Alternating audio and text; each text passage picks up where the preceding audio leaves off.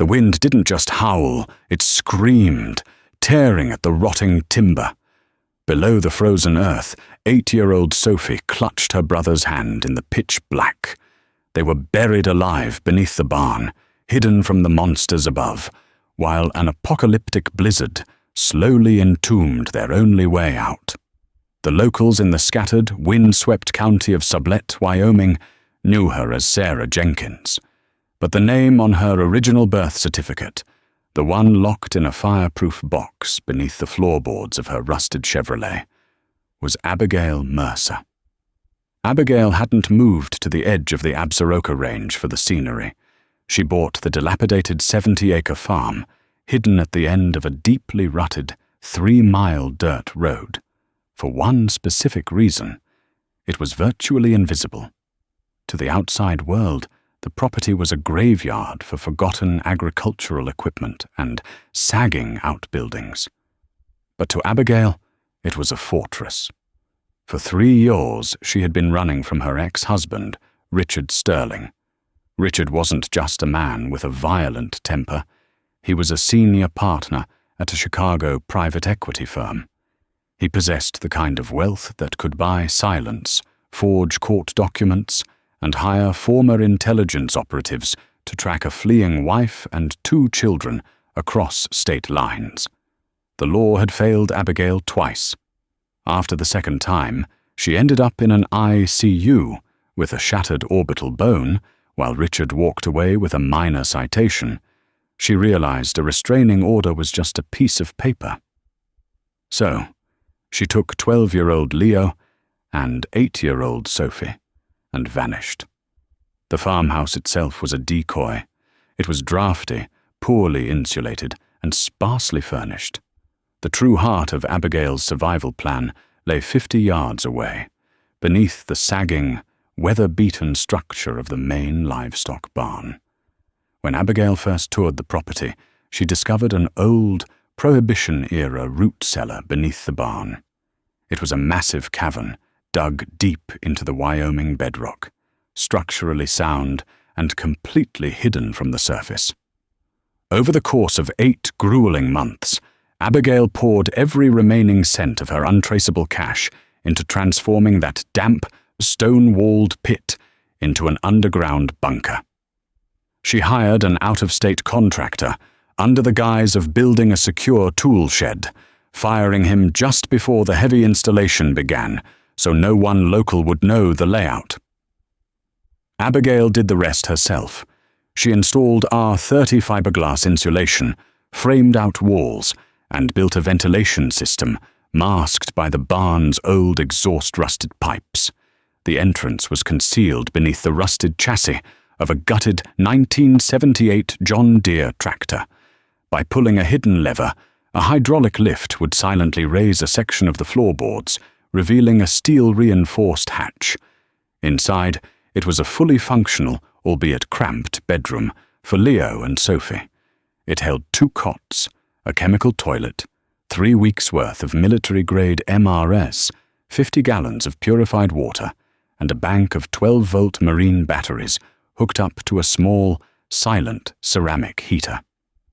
It was designed to be a panic room, a place where the children could hide for a day or 2 if Richard's men ever found the property, giving Abigail time to misdirect them or fight back. She never intended for it to become a prolonged shelter. Then came the second week of January. The old AM radio in the farmhouse kitchen had been crackling with frantic warnings since Tuesday. Meteorologists were tracking a freak atmospheric anomaly, an Alberta clipper dropping from the Canadian Rockies, colliding with a massive, moisture-heavy Pacific low-pressure system. They were calling it a bomb cyclone. The National Weather Service issued warnings that hadn't been seen in a century. On Thursday afternoon, the sky over the Absaroka Range didn't just darken. It turned a bruised, sickening shade of purple. The temperature plummeted from a manageable 20 degrees to -15 in less than 2 hours. "Leo, grab your sister's thermal gear," Abigail instructed, her voice tight but remarkably steady. She stood by the kitchen window, watching the first heavy flakes of snow fall like ash. "Are we doing a drill, Mom?" Leo asked. At 12, he was already too perceptive, carrying a weight in his eyes that no child should have to bear. He knew they weren't just hiding from the weather. "Just a precaution, sweetheart," Abigail said, forcing a reassuring smile. "I want you both to take your backpacks out to the barn room. Hang out there for a bit while I board up the north-facing windows on the house." She watched them bundle up and trudge across the frozen dirt toward the barn. Abigail breathed a sigh of relief as she saw Leo heave the heavy barn doors shut from the inside. They were safe. Now, she just needed to secure the house and prepare to ride out what the news called the storm of the decade. But as Abigail turned away from the window, the silent perimeter alarm panel on the kitchen wall blinked a glaring, aggressive red. Someone had just crossed the cattle grid at the start of her driveway. Abigail's blood turned to ice, colder than the wind, battering the glass. Nobody drove up that road by accident. It wasn't on standard GPS, and the county plows didn't service it. She sprinted to the mudroom, grabbing her Bushnell binoculars and peering through a small gap in the curtains. A heavy, matte black SUV was crawling up the incline, its tires spinning aggressively against the rapidly accumulating snow. It wasn't a local sheriff's cruiser. It wasn't a neighbor's pickup. It was a modified Chevrolet Tahoe, heavily tinted with reinforced brush guards. Richard's men. They had found her. Panic, sharp and blinding, threatened to overwhelm her. But 3 years of hypervigilance took over. Abigail grabbed her heavy coat and a concealed 9mm Glock from the lockbox by the door. She didn't have time to run to the barn and join the children. Doing so would lead the men straight to the bunker. She had to keep the threat in the house. She had to be the bait. She keyed the small two-way radio clipped to her belt. "Leo, code red. I repeat, code red. Do not respond. Hatch down. Lock the deadbolts. Do not make a sound until I give the all-clear phrase." There was a double click of static in response. Leo had heard her. The hatch was secured. By the time the SUV crunched to a halt near the porch, the wind was howling at 60 miles an hour, driving the snow horizontally and reducing visibility to less than 20 feet. 2 men stepped out of the vehicle. They were large, moving with a disciplined, athletic grace that immediately screamed private military. They wore expensive Arc'teryx storm jackets and tactical boots. Abigail opened the front door just as they reached the steps, her right hand deep in her coat pocket, resting on the grip of her pistol. "Can I help you?" she shouted over the roaring wind, framing herself in the doorway to block their view into the house. The taller of the two, a man with cold, slate-grey eyes and a jagged scar along his jawline, offered a tight, utterly unconvincing smile. "Ma'am, sorry to intrude. My name is Silas. This is my associate, Griggs. Our GPS routed us down your road to avoid a pile-up on the highway, but I think our transmission is slipping. This storm is getting deadly. We need to use your landline to call for a tow." It was a textbook lie. Cell service had been dead for an hour, and no tow truck in Wyoming would brave a bomb cyclone for a stranded Tahoe. "I don't have a landline," Abigail said firmly. "And my husband is asleep in the back. You can wait in your car. I'll flag a plow for you if one passes." Griggs, a heavily muscled man with a thick neck, stepped up to the porch, crowding her space. "We're freezing out here, lady. We just need to step inside for a minute to warm up. We don't want any trouble." Before Abigail could draw her weapon, a massive gust of wind, clocked later that night at over 90 miles per hour, tore the screen door from its hinges, smashing it against the siding. The sheer force of the blizzard shoved Abigail backward into the entryway. Silas and Griggs immediately pushed inside, slamming the heavy wooden door shut behind them and throwing the deadbolt. The sudden silence in the house was deafening. save for the rattling windows. "Nice place," Silas said, shaking the snow from his jacket. His eyes darted around the sparse living room, calculating, searching. "Awfully quiet, though. You sure your husband is home?" "Get out!" Abigail demanded, pulling the Glock from her pocket and leveling it squarely at Silas's chest. Griggs chuckled, unzipping his jacket to reveal a holstered sidearm of his own. "Easy now, Abigail. Richard sends his regards. He really misses the kids. Where are they?" Her heart hammered against her ribs. They knew. "They aren't here," Abigail lied, her grip on the gun steady despite the adrenaline flooding her system. "They're with a friend in Jackson. It's just me." "I doubt that," Silas said smoothly, taking a slow step forward. "We tracked your supply runs. You bought enough cereal and milk for 3 people yesterday. Now, we can do this the easy way, or we can wait out this storm by dismantling this house, and you, piece by piece until we find them." Suddenly, the house shuddered violently. A deafening crack echoed from outside, followed by the screech of tearing metal. Abigail risked a momentary glance out the window. The storm had unleashed its full fury.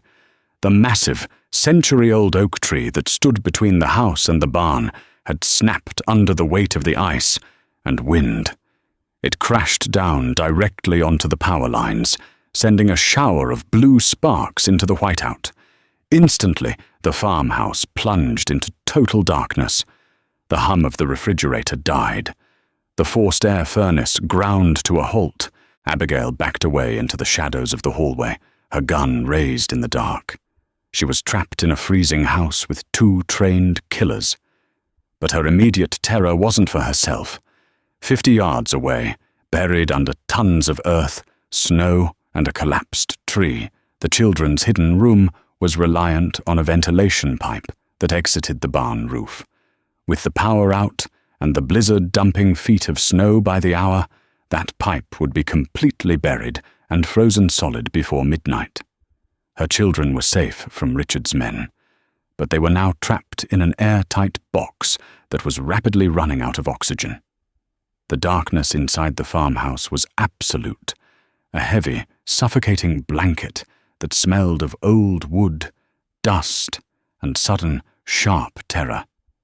The only illumination came from the chaotic strobing of the blizzard outside, faint ambient light reflecting off the snow and filtering through the boarded windows. Then, 2 blinding beams of white light cut through the gloom. Silas and Griggs had activated the tactical flashlights mounted to their sidearms. Abigail didn't freeze. She dissolved into the shadows. 3 years of living in a state of hyper-awareness had mapped every creaking floorboard, every tight corner, and every blind spot of this house into her muscle memory. She silently slipped out of her heavy winter boots, her wool-socked feet making 0 sound against the freezing linoleum of the hallway. "Spread out," Silas commanded, his voice a low, dangerous rumble over the howling wind. "She's got a weapon, but she's just a panicked housewife. Check the bedrooms, clear the basement, find the kids." "And if she shoots?" Griggs asked, his heavy boots thudding against the hardwood of the living room. "Then you shoot back, Griggs. Richard doesn't care if she comes back, breathing. He just wants his property." Abigail pressed her back against the floral wallpaper of the narrow corridor leading to the kitchen. Her mind was a frantic calculator, processing variables at terrifying speeds. She had 6 rounds in the Glock. 2 heavily armed, professionally trained mercenaries were hunting her, and the temperature inside the house was already dropping rapidly, her breath pluming in the air. But her thoughts kept violently snapping back to the barn. Beneath the frozen earth, in a space measuring barely 10 by 12 feet, 12-year-old Leo and 8-year-old Sophie were sealed in. The bunker's life support relied on a 4-inch PVC pipe that drew fresh air from the roof of the barn, utilizing an inline duct fan powered by the main electrical grid with a battery backup. When the oak tree took out the power lines, the battery would have kicked in immediately. But the battery only ran the fan. It didn't generate heat to melt the snow accumulating over the exterior vent. With a bomb cyclone dumping 3 inches of snow an hour, the intake pipe would be buried. Once the fan started sucking in packed snow, the motor would burn out.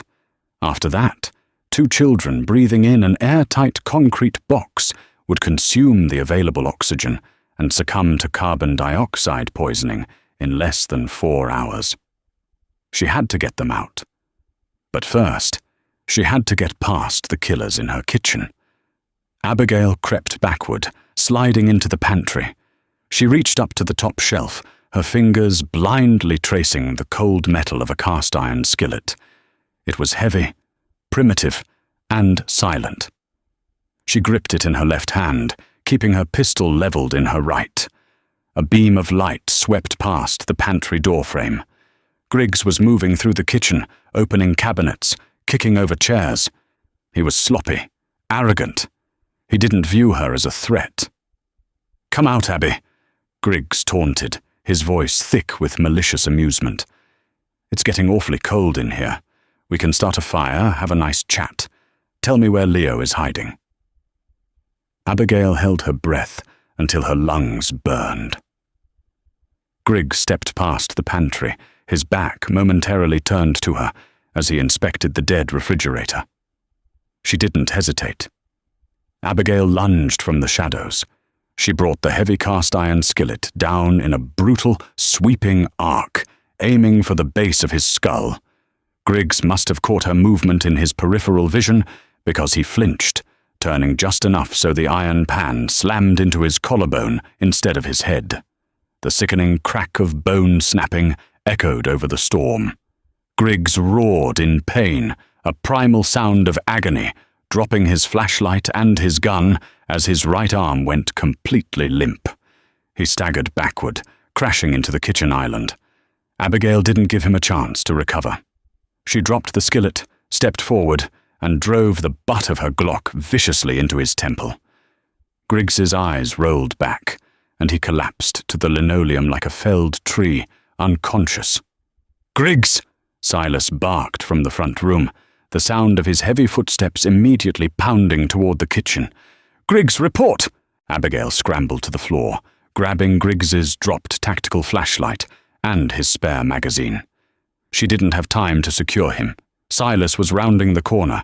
She fired 2 blind shots down the hallway to force him into cover, the deafening cracks of the 9mm temporarily ringing in her ears, the muzzle flashes illuminating the dust-filled air. Silas cursed, returning fire. The wood casing of the kitchen doorway splintered into deadly shrapnel as high-velocity rounds tore through the plaster. Abigail scrambled backward on her hands and knees, scrambling toward the mudroom at the back of the house. Meanwhile, 50 yards away and 12 feet underground, the nightmare was unfolding exactly as Abigail had feared. Leo sat cross-legged on the cot, wrapped in 2 thermal blankets, holding his trembling sister. The bunker was pitch black, save for the eerie green glow of the battery inverter and the small digital carbon dioxide monitor mounted on the concrete wall. "Leo, my ears feel funny," Sophie whispered, her voice tight with unshed tears. "And I'm cold. Why did the heater stop?" Leo stared at the digital monitor. The numbers were climbing. He had read the survival manual his mother had left in the room. He knew exactly what was happening. The intake fan had stopped humming 20 minutes ago. The air in the small room was already growing stale, thick, and heavy. Every breath they took was slowly turning their sanctuary into a tomb.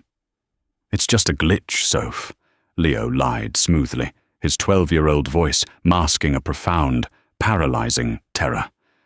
He tightened his grip on her. "Mum is just fixing the power up there. You know how the storms get. We just have to stay calm and not talk too much, okay? Let's play the quiet game." He looked at the heavy steel hatch above them. He could climb the ladder and pull the hydraulic release manual override. He could open the door. But his mother's voice echoed in his head. Code red. Do not open the hatch until I give the all clear. If he opened the door, he might be letting the monsters in. If he kept it closed, he and his sister might never wake up. He squeezed his eyes shut, a single tear freezing on his cheek, and prayed to a God he wasn't sure he believed in for his mother to hurry. Back in the farmhouse, Abigail was out of time. She had barricaded the mudroom door with a heavy oak boot bench, but she knew it wouldn't hold Silas for long. The wood was already groaning under his furious kicks. "You're a dead woman, Abigail!" Silas screamed through the door, his composed facade entirely shattered. "I'm going to burn this place to the foundation." Abigail wasn't listening. She was busy tearing the weather stripping off the small, ground-level window at the back of the mudroom. It was barely wide enough for a person to fit through, but it was her only exit. She smashed the glass with the butt of her gun, clearing the jagged edges. The moment the glass broke, the blizzard invaded. The wind blasted into the small room with the physical force of a solid object, bringing with it a torrent of snow that felt like crushed glass against her skin. The temperature outside was hovering at -20, with a wind chill approaching -50. Exposing bare skin in these conditions meant frostbite in less than 5 minutes. She shoved her feet into a pair of oversized rubber muck boots sitting by the door, pulled her hood tight, and squeezed backward through the narrow window frame. She tumbled out into the raging whiteout, landing waist-deep in a snowdrift. The cold was instantaneous and merciless. It seized her lungs, stealing her breath, and drove icy needles deep into her bones. She couldn't see the barn, she couldn't see the sky. The world was nothing but a roaring, chaotic vortex of white and grey. She oriented herself by the sheer memory of her own land. 50 yards. Just 50 yards straight back from the mudroom window. Abigail began to wade. It was impossible to walk. The snow was too deep, the wind too violent. She had to throw her upper body forward, crushing the snow down, and drag her legs behind her. 10 yards. 20 yards. Her fingers, protected only by thin fleece gloves she had hastily grabbed, were already going numb. Her thighs burned with lactic acid. Suddenly, a loud crack echoed from the house behind her. Silas had kicked open the mudroom door. He stood in the broken window, sweeping his flashlight across the backyard. The beam cut through the swirling snow, illuminating Abigail's deep, struggling trench in the drift. "There!" Silas yelled, climbing through the window. He was completely unequipped for the weather, wearing only a tactical jacket and combat boots, but his rage fueled him. He raised his weapon and fired blindly into the storm. Abigail threw herself flat into the snow as a bullet snapped through the air inches above her head. She scrambled forward on her hands and knees, the adrenaline pushing her frozen muscles past their breaking point. The dark, hulking mass of the barn finally materialized through the whiteout, but her heart plummeted. The ancient oak tree had indeed fallen, its massive trunk crushing the western half of the barn roof. Debris, shattered timber, and feet of snow covered the exact area where the ventilation pipe exited the structure. She crawled over the splintered remains of the barn wall, frantically clawing at the snow. She had to find the pipe. She tore away frozen shingles and snapped branches, her hands bleeding, the blood instantly freezing to her skin. "Leo!" she screamed into the wind, though she knew he couldn't hear her. "Sophie!"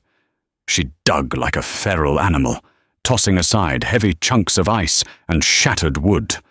Her hands were entirely numb. She was operating purely on visual cues, watching her own fingers tear at the debris.